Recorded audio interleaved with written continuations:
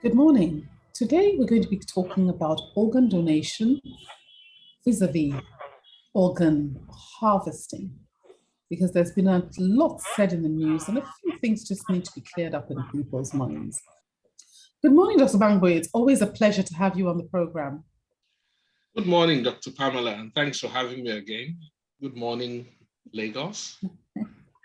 Yes, so actually, good morning, the world. Actually, a lot of people listen from all over the world. But that notwithstanding, there's been a lot in the press. This Ekweremadu case has come. People are saying this, people are saying that, kidneys, this and that. And there's a lot of confusion. There's a lot of confusion about what exactly is it about kidney, transplants? Is it legal? Is it not legal? I mean, we are not speaking on behalf of the Ekweremadus. We don't know the facts. As the case unfolds, people will find out. But I just thought we need to understand it better so that people know what is legal, what is not legal, what is right, what is not right. But first and foremost, can you explain what is it? Why is it that people need transplants in the first place? Well, good morning again, and thanks again for having me. Kidney transplants become necessary when an individual develops the chronic type of kidney failure. The chronic type of kidney failure is a raging epidemic currently now in Nigeria, and it's the sequelae, it's the outcome of poorly managed, very common conditions that we find: hypertension, diabetes, chronic infections that lead on to what we call chronic glomerulonephritis, the abuse of analgesics, the use and abuse of native medications, your agbos, your agumus, and such.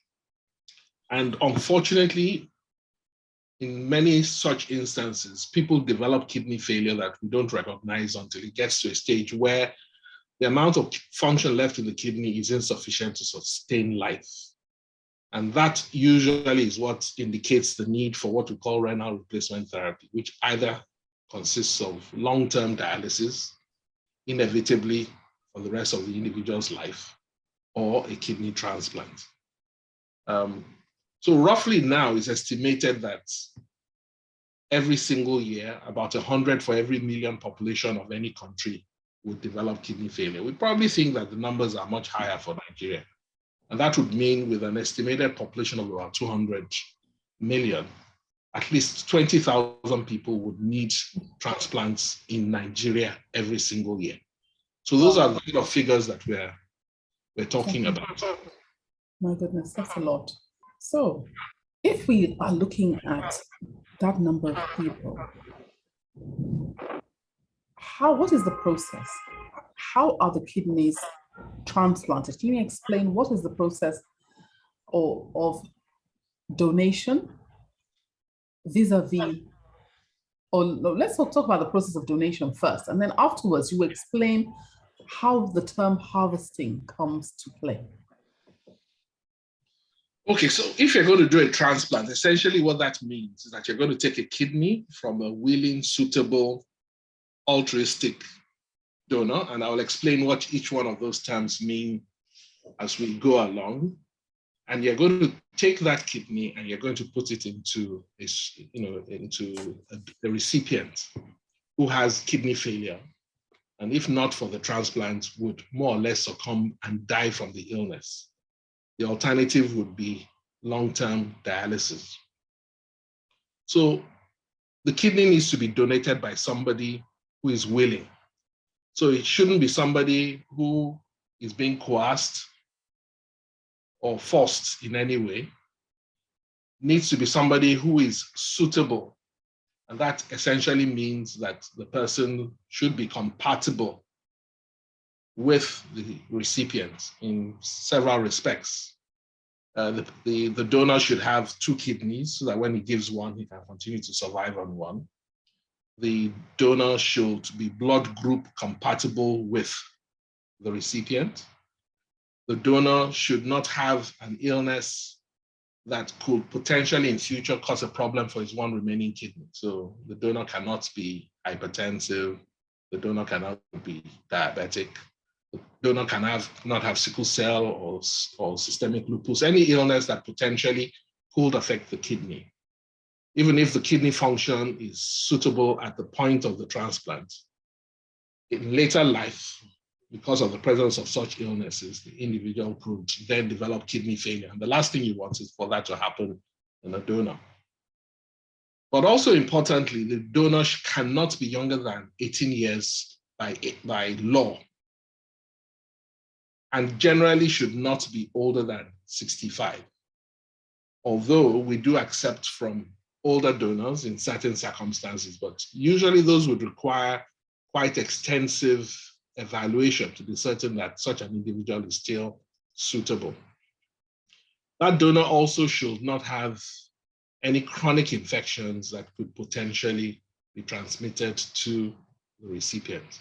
So usually the donor will be screened for HIV, hepatitis B, hepatitis C, CMV, syphilis, a host of other investigations. But the whole essence is to be certain that that donor who willingly and freely donates for the recipient doesn't, on account of that donation, develop any ill health of any sort at all. And usually when one counsels potential donors, one wants to be able to confidently reassure them that you're doing this freely and willingly. And I am, as far as it's humanly possible to ascertain, reassuring you that nothing would happen to you as a consequence on the long term. The last thing any transplant program wants is for there to be something wrong as a consequence to a donor. That would serve as a deterrent and it would discourage any future donors.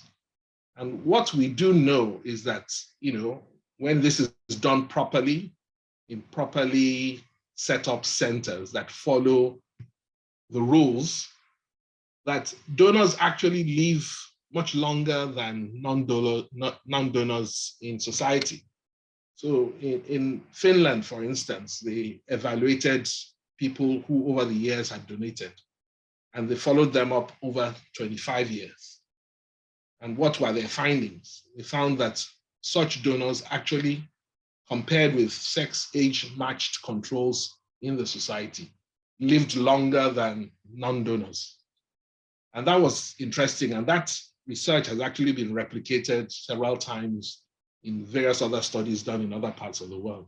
And the usual question is that why does this happen? And some people say, well, such individuals are possibly a little more careful. They've been into hospitals, so they've been evaluated.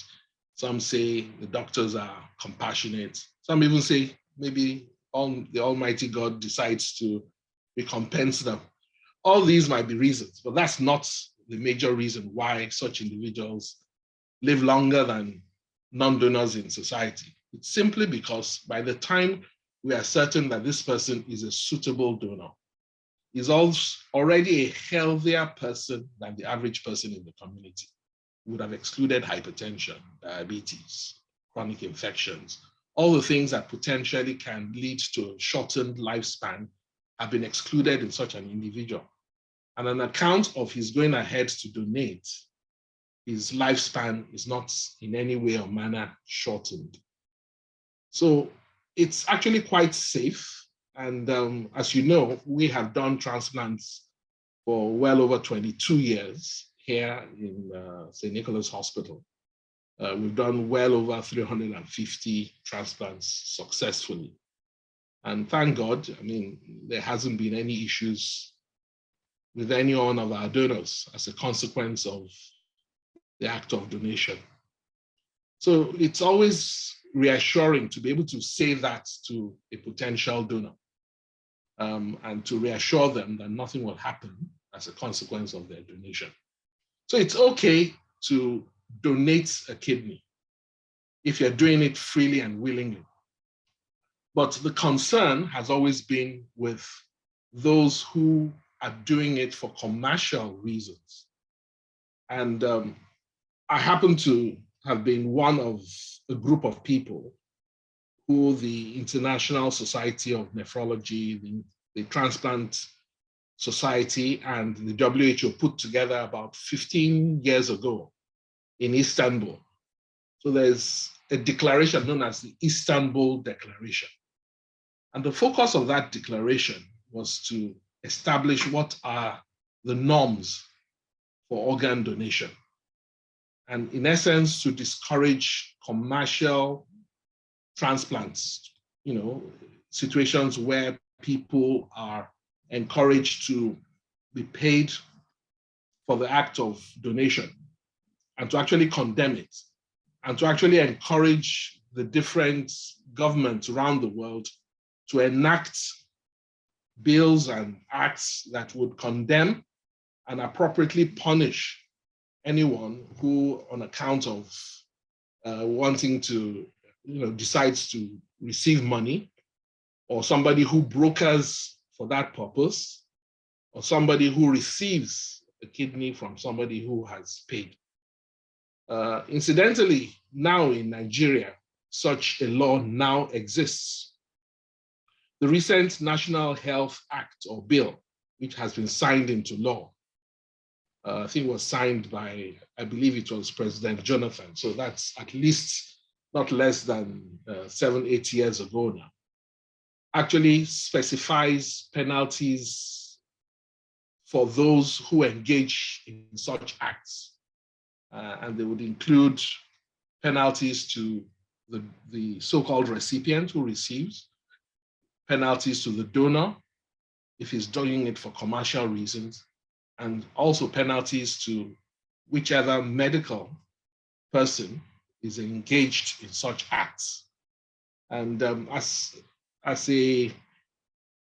we as a group of the Nigerian Association of Nephrology have actually, been trying to, first of all, inform the public that this law exists, but more importantly, trying to get government to realize that, yes, you've put in together an act, but the penalties punishable in that act are such that it's not enough to serve as a deterrent to individuals.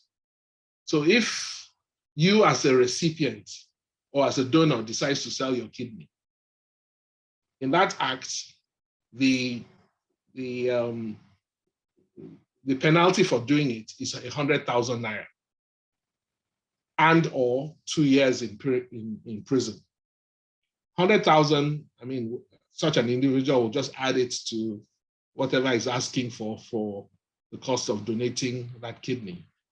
And the penalty is probably a little more stringent for the medical people who might be involved in that, but even for them, it's just 1 million naira. We feel that the penalties should be a lot more stringent, and as such, one would, want to encourage government to look into that. But of course, Lagos State is looking into that, and we'll probably discuss that as we go along. Thank you very much. Thank you, madam, for joining us on the program. We appreciate you coming to share your experience with us. Thank you. You're welcome. So, can you just tell us what made you decide to become a donor, a voluntary donor? What were the things you thought about? What made you do it? Okay. At first, we are talking about my husband here. And I think we are meant to be husband and wife, and it can't remain husband if he's not in good health or he's not alive. So the first thing I thought was, while speaking with the doctor, when he asked us to look for a donor and it should be a relative, the first thing I asked him was, can I donate? And when he said, yes, if you can, if you'll be tested, and if you are suitable, you can. So the first thing on my mind was how he's going to live, his health. That was paramount to me. That was the decision. I didn't think about it. it was right there. I asked him that, can I be tested? And he said, yes, we can go ahead. I mean, thank you. And I want to say thank you on behalf of your husband too. You're a wonderful wife. Thank It's not everybody who would be so loving and ready to give their kidney up. A lot of people would hesitate and all that. And you just voluntarily went through, jumped at it, and have given it. That is a wonderful thing. And I want to just praise you and say thank you, really, from the bottom of my heart for you doing this. Now, can you tell us about the process? Was it a painful process? Was it a difficult process? And you went through it. How do you feel now? Just quickly, just let our listeners know. Okay. The process, I was being tested severally. I don't know.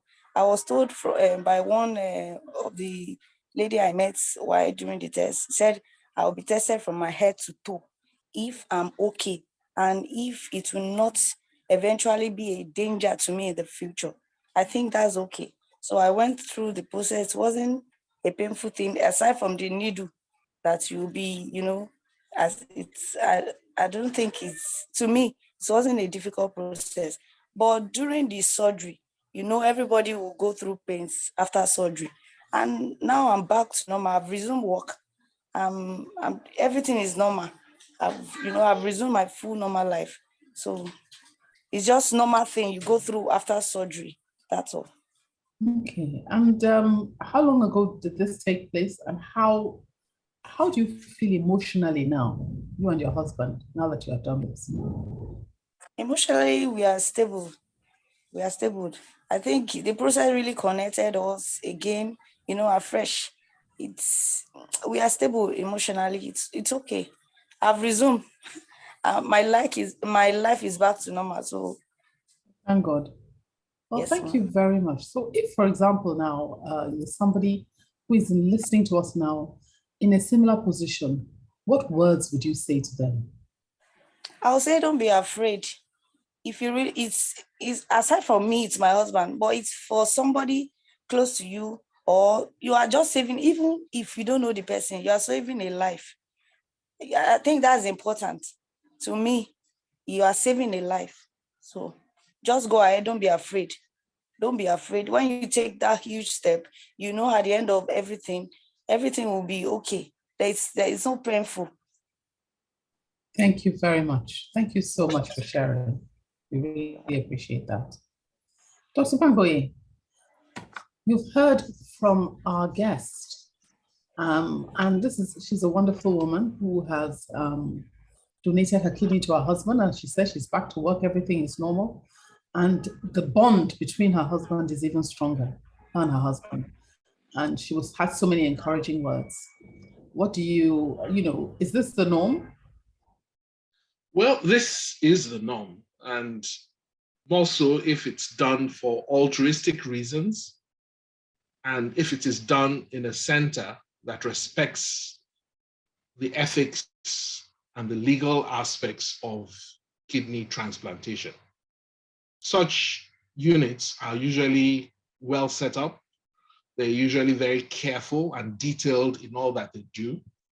And the consequence of that is that you expect that at the end of the whole process, both the donor and the recipient will come out with successful outcomes. So that is the norm. And that has been our own experience. I cannot say the same of centers, particularly outside the country, where it's known that it's rife, that illegal organ harvesting actually does take place. Exactly. In fact, I wanted to ask first, before we go there, I want to know, why are people, when we have centers such as St. Nicholas doing a wonderful job, people giving testimonies year after year, we have recipients come and talk, those who have had their kidneys for decades, people who are well, they know this is here. And then why are people still going outside the country? Is it deliberate? I think in a lot of the instances, it's because, for instance, in St. Nicholas, we're quite rigid and quite strict about ensuring that we maintain those ethics and the legal aspects of kidney transplantation. So you have individuals who've come with donors that it's evident to us that this is non-altruistic. There is evidently some kind of a commercial relationship ongoing, and we reject such donors. Almost invariably, they go with the same donors and go to other centers, particularly outside the country, where they go ahead and carry out such transplants. So a lot of the time, that is what is happening. In many instances, particularly those that go to, many parts of the Far East, particularly Pakistan in those days, I think to some extent, Philippines up till recently. Some people believe it probably still happens in India. I know Turkey also had some reputation for that in the past. And these are people who go with non-relatives in which there's some kind of a commercial relationship between the donor and the recipient. But what we know is that individuals who generally are the ones who succumb to such a relationship are the less privileged people in society. They're people who are not adequately educated or enlightened or exposed. And if you read the literature about this, you'll find that there are instances where such individuals have actually come back to donate a second kidney. That just shows the height of their illiteracy. And invariably, what has happened is that studies have been done, particularly in those areas where it's common, where they've gone back and questioned such donors who evidently had done it for commercial reasons and said, look, would you do it again? Many of them say no, that they regret that decision to have gone out to sell their kidneys. And invariably, you find that when they do so, whatever money they're paid within 4, 5, 6 months is all expended. And here they're left with just one kidney. What have they done with the money? They've gone ahead and bought an iPhone or new clothes or shoes, all of which invariably within a very short time are no longer relevant. So it is something that should be discouraged, because the fear is that it could even lead on to situations where people, kidnapping is quite rife in our environments today. Yeah. So what stops people from being kidnapped and illegally their organs being harvested for use, in such nefarious practices? And that's why it should be strongly condemned. And like I said, I think it's necessary that the government should, strengthen or make more stringent the penalties for those who might engage in such practices. And hopefully that will then serve as a deterrent. I know that Lagos State is working on such a law. 1 year ago, there was a public hearing as regards it. More so when you're going on to the other type of kidney transplants, which I think we should also make some reference to. I mean, the common type that we're making reference to now are the live kidney transplants, in which you take a kidney from a living donor and you transplant it into a relative who's the recipient. But you find that worldwide, the more common type of transplant that's available is kidneys obtained from diseased donors, or what you call cadaveric kidney transplants, where in a certain environment, a country, a law is enacted, which enables you, when somebody dies from reasons other than kidney failure, you can actually harvest the organs of such an individual after death and transplant it to people who might require them. That's known as the diseased donor kidney transplants, or the cadaveric kidney transplants. Yes, now Dr. Van Boye, our discussion is enthralling, but we only have a couple of minutes left in the program. And I need you to just explain the term harvesting, because a lot of people have heard harvesting and they don't know what it means. And then if you can just wrap up with a few words last words for our listeners. I'm so sorry. So the term harvesting is when you illegally take out the kidney from a living donor. But incidentally, it's also used in diseased donor transplants when the kidneys are taken from suitable diseased persons, usually people who die from road traffic accidents or the like and are brain dead. You then take out the kidneys, and ideally what you should then do is look through a list of potential recipients and give it to somebody who is the most suitable to receive that organ. It's not done yet in Nigeria. That's the disease donor transplants. But several centers are trying to work towards ensuring that that becomes available. And when that becomes available, hopefully it will put less pressure on individuals to now serve as living kidney donors. So do you have any last words for our listeners? Well, the thing is, transplants are done in Nigeria and they're successfully done. There are over 15 centers that are doing it. But that's a fraction of the number that is required. And the cost of this is way beyond the reach of most Nigerians. So the best thing really is for us to prevent kidney failure. And to prevent kidney failure, we need to recognize the things that lead on to them or lead on to kidney failure and prevent them. So things like hypertension. If you're hypertensive, ensure that it's recognized and it's well controlled. If you're diabetic, ensure that it's well controlled. If you have chronic infections, make sure that they're properly diagnosed and properly managed. Don't abuse native herbs. Don't abuse bleaching creams. And then ensure that you screen yourself regularly so that you can detect these illnesses early and prevent kidney failure in the first place. Thank you very much, Dr. Wangwe. Thank you very much for having me again. Thank you for watching. Please like, share and subscribe for new video updates.